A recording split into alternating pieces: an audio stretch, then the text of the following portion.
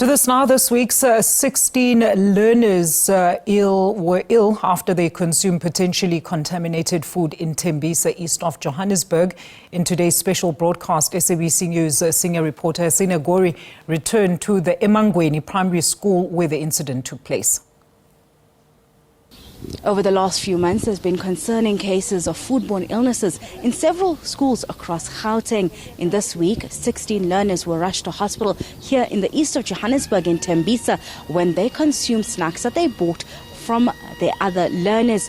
In another case, last week, we're in Bronkhorstspruit in Zitobeni, where learners bought snacks from outside at the yard of the school, and it was suspected to be contaminated. This follows that incident in Naledi, Soweto, where 6 learners tragically lost their lives after they ate suspected snacks.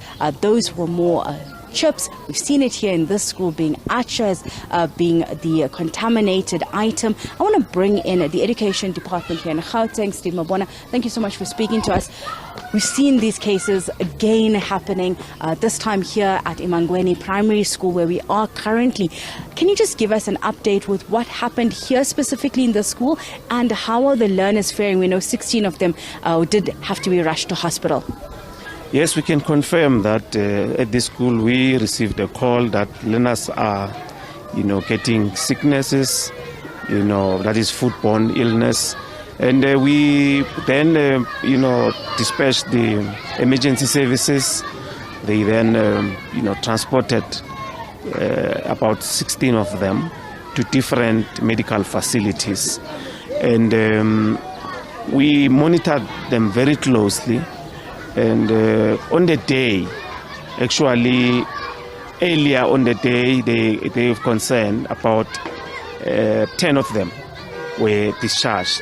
Then we were left with about 6. Later in the evening, then about 6 of them were then discharged. The following day, which was yesterday, then we had about majority of them not at school. I think we accounted for about 4 or 5.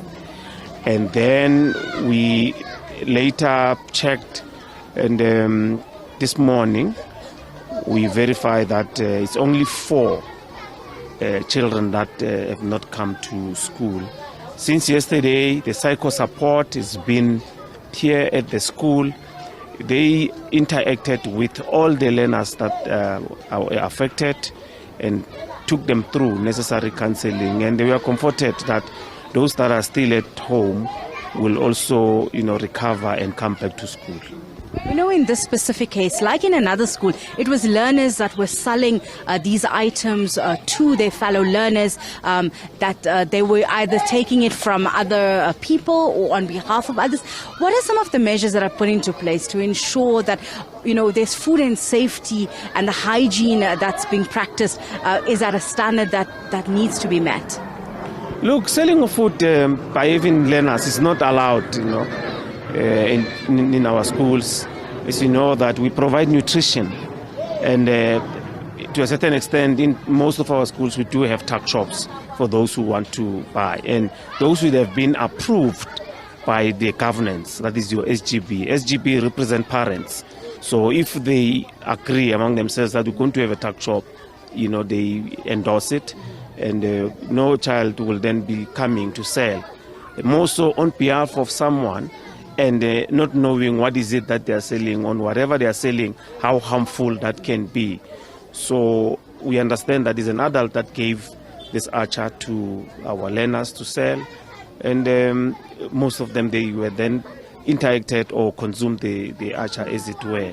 That's why then our health officials then had to take, for necessary testing and all that. We know that in Bronkhorstspruit, when I spoke with the SGB they were very adamant that this was not a school problem. That was something that was happening outside the yard but just affected the school learners. How do we ensure that because we exist within a community, how do we ensure that when children leave the schoolyards, that what they are consuming does, keep them safe and that don't come into the school and have these sicknesses or spread it to their friends when they share it? No, it's all our responsibility as a community to make sure that we understand on what is happening in a school. Remember, a school is a developmental institution, and 90% of the time, children will spend them here at school.